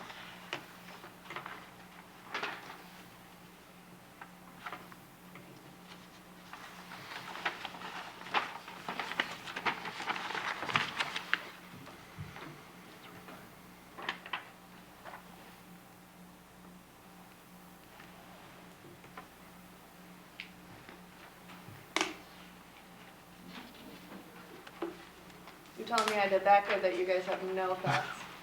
Find that hard to believe. Well, I guess what I'm thinking as I read through them is I like how, you know, they're guardrails, right? Like you're saying, it's guardrails, it's kind of to keep us in line, right? So a lot of the verbiage is, you know, a line connecting any 2 points should be, the topography should be, you know, it's not must be, right? And I think that's important to just throughout the whole document to make sure that the verbiage is such that it still allows a little bit of wiggle room, but keeps you, the guardrails where you should be. So I guess that's why I don't really have a lot to say against it, because it's still somewhat Vague. Yeah. which is okay. I think on the flip side of that, if this is guiding like new developers and minimums that they have to hit, that's where I would want to be more like strict about, if you anticipate volume to be X, we should have at least seating X per seating, or like I said, the coverings or the bathrooms. I think part of this is making sure, new development comes in, these are the minimums that they would need to be doing, So correct? something to note, that developers don't generally plan the parks, they don't generally, the most that they do is grade the land and put in the trails. So this will be more helpful to the commission rather than the Okay. developer, with the exception of maybe the acreage and any 2 points connecting Okay. within the park. And Tom, sorry, Commissioner Anderson. Yes.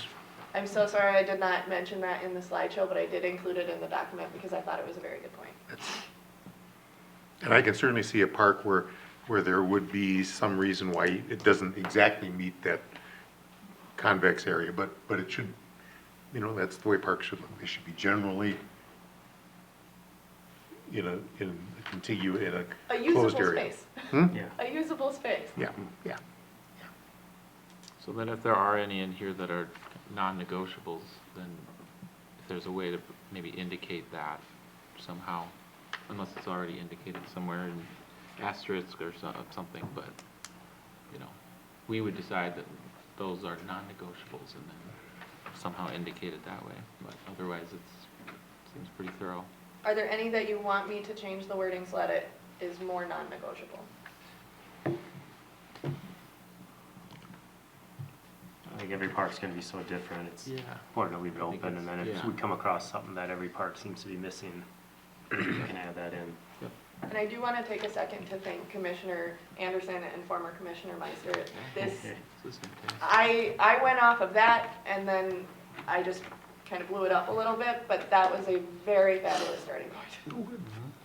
So thank you for your hard work and dedication to the city of Corcoran.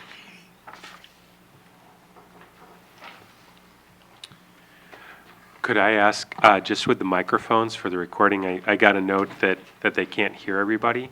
And so if we can make sure that we're close enough to the microphones when you talk, that makes sure that we pick you up. Thanks. Or just yell nice and loud like I do.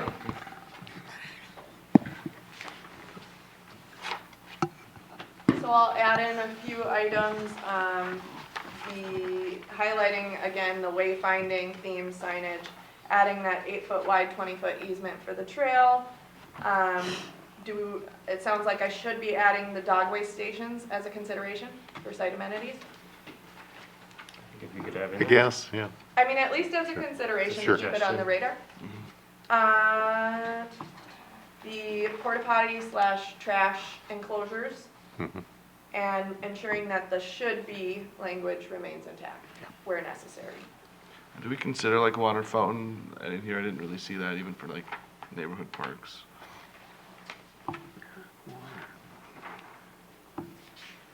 Is that something you'd like to see at a neighborhood park? I would have more hesitation with neighborhood parks only because generally Costs of running you're water. nearby Cost of running and water, cost yep. of running the water, but Okay. I mean, have you? So the only other thing I'd say, when you start to put amenities like that in the park is then, as you hit seasonals, you have to blow them out, you have to maintain them, and sometimes people unfortunately will vandalize them. And then, so you end up with some logistics overhead. I agree that it's really nice to have, just want to make sure that you're calculating that as a potential risk and cost as you think about. So if you are going to put them in a neighborhood park, you want it to be in a high traffic area that has a high level of visibility so that nobody is going to do anything bad to those amenities. If you have them where people can get away with doing things, I've found that they will. I'd also factor in that most kids these days carry around about 10 gallons of water with them at all times. Yeah. Kids and adults. And adults. Yeah, right now, a lot of the parks are central to neighborhoods, but I know in our future plans, a lot of neighborhoods are gonna like have to, at least like the 2040 plan, there's some that won't have it directly, so those will be the considerations. If there's parks that are like destination places for neighboring neighborhoods, that's where it'd be nice to elevate the amenities at that park to accommodate if there is a surrounding neighborhoods that are supposed to go to that. And it's really nice then to tie it with a bathroom, Yeah. tied with a shelter, and so that you Yeah. can activate the space. So if you're gonna invest in the amenity, invest enough in the amenity that it has other features to it so that you can activate that space in a different way. And that also gets more eyes on it as well. Yeah, because there is a note about like dependent on anticipated use, but I think where I'd want to consider is, like I said, ones that are serving surrounding neighborhoods as well as the one that is directly built in. I did want to draw attention to one comment that was brought up, and this was something that I had to navigate as my last community grew, and that's just being clear about where and when you are willing to have motorized traffic through your park spaces. This is a really great place to consider that. What sort of parks are you willing to? Because I do think it's appropriate, if you want to maintain rural character, to have spaces that allow people to do those types of activities, but to be clear for folks on where and when they can. You know, so we want to protect snowmobile trails because that's part of rural character. But where do we have those? And where do you not want snowmobiles to go? So that you can communicate that clearly, usually through signage, but you also need to have a policy in order to trigger that kind of signage. That might be worthy of consideration. I had a challenge because we had an open water space, and we had boats on some of it, but we didn't want boats on other parts of it, because you don't want motorboats going with paddlers, standing board paddlers, and with kayakers and stuff. And so we had to clearly put up some signage and some stuff so that you don't have any tragedies on the water. Yeah, we had that discussion a couple weeks ago, like golf carts neighboring close to some parks and making clear signage there too for that interaction. And when you think about open space parks, is there a spot or an opportunity where you can actually encourage that kind of activity? So it brings people here, it makes them really appreciate, I'm seen, this is who I am, and I can be myself in my community. You need a specific kind of land for those to not tear it up, or some specific choices. So a choice that we made, we activated a mountain bike park so that folks would do that in that area, and you invest in it. And now it's activated, and people who want to do that go there instead of, if you don't create it, they'll create their own.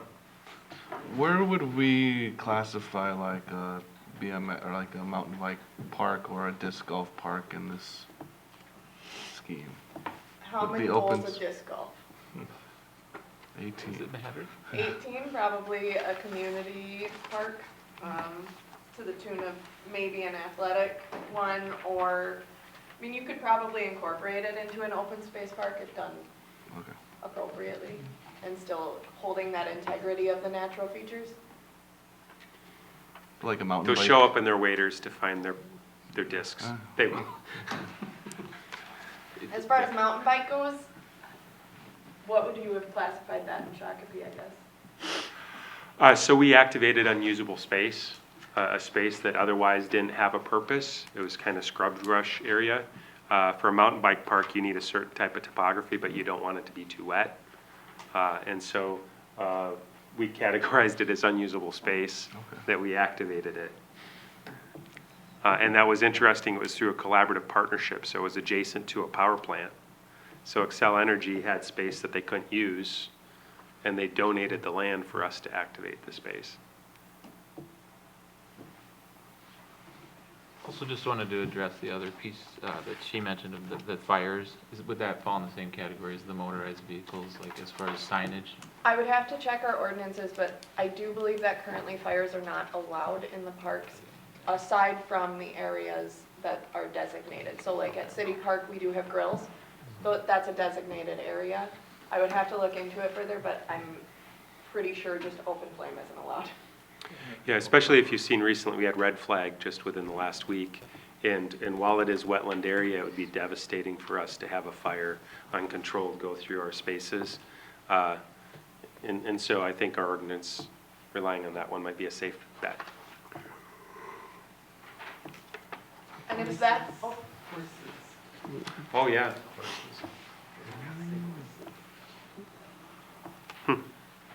so updating the transportation language. Do we want to put that under trails? I'm trying to think of how to incorporate the thoughts into it, so that it still reflects what you're looking for. Well, we should almost have something that's like a unique Features? Yeah, unique features of specific parks, which would be horseback riding, snowmobiling, a ninja plate set, or whatever they call them, things like that. That could be an option, because when you think of, it's a neighborhood park, well, you never think of those things. But if we have that as a line item, then maybe Unique it'll- considerations, yeah, unique maybe? considerations per park. And I apologize for the face after the ninja. Yeah, not a I fan. think you've all seen the video.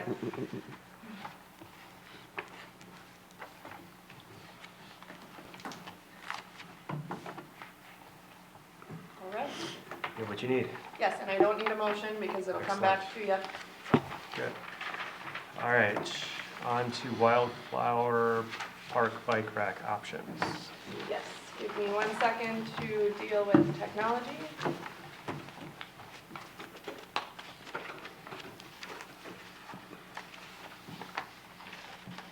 Alrighty.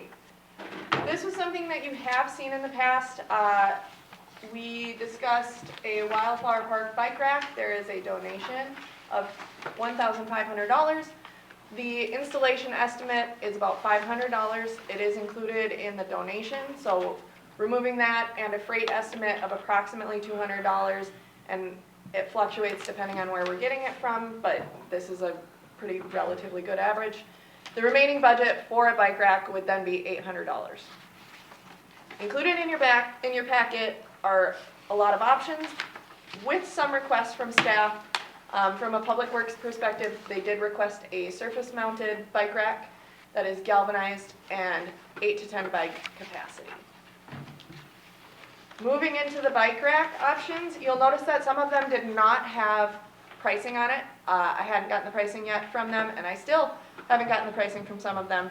So they may not be included in the slideshow, and I'm just gonna keep moving forward without them. So option 1, and I'm sorry that this is not showing up very well on the screen, it's a 5-foot 4-inch contemporary bike rack. It's got the wiggly humps to it. Option 1 is $675. You'll notice there's an asterisk next to it. The email that they sent me flipped option 1 and 2, which I found quite odd because option 2 is larger, and in the packet it says it costs less because they told me it costs less, and I was like, that doesn't seem right. So I reached out. They said, yeah, no, that's not right. So these are your more accurate numbers: $675 for the 5-foot 4-inch, and then $733 for the 7-foot 4-inch. Same kind of visual to it. Option 3 is a little more expensive, $882, so it is going to be out of the budget, but I wanted to include it in case it is something that you're very passionate about. Maybe I can find an alternative that might be better within the budget, but I did look through quite a few. So $882 for option 3, which is, I'm trying to move my mouse, but you can see the options. Option 4, $788, and then option 5, $524. And there is a caveat with option 5. It is more than one of those shown. It is 2 of the pivot bike racks, so it would be double the cost for that same design. And I did include capacities and pricing in the packet in hopes that you guys read it in advance and I didn't have to include it on the slideshow.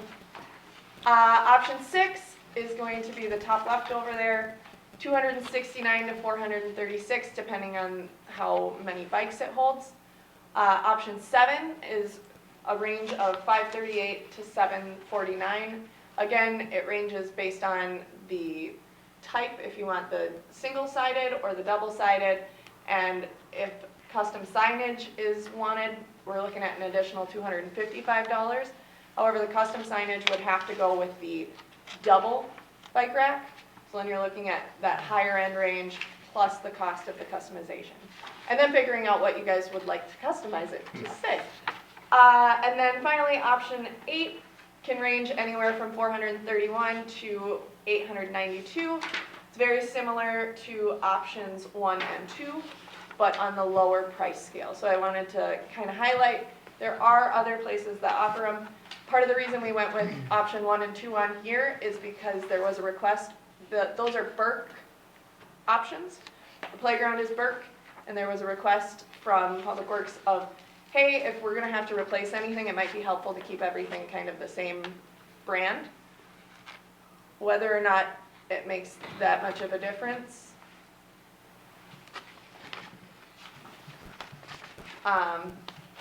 those are the options I'm really proposing. The other ones that are in there, I either didn't get pricing for, or there were some under the Darrow brand. I did get the pricing back for that, and it was substantially out of our budget. So I can give you some of the pricing on that, but I really don't know that it's feasible. But I did include it before I had the pricing, so I apologize if I got anyone's hopes up. I didn't see the nature bike rack. That's because they also did not give me pricing. Just need 10 of them. Yeah, get a discount. Additionally, I did have some hesitations to the nature bike rack just because I don't know how many it would really hold.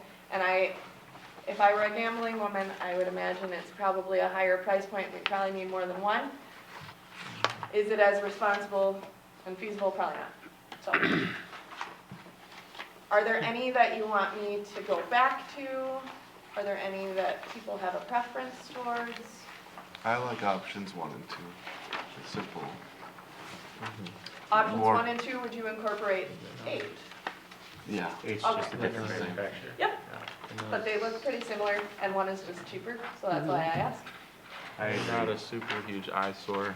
Yeah, 6 and the other more traditional style, they look really ugly.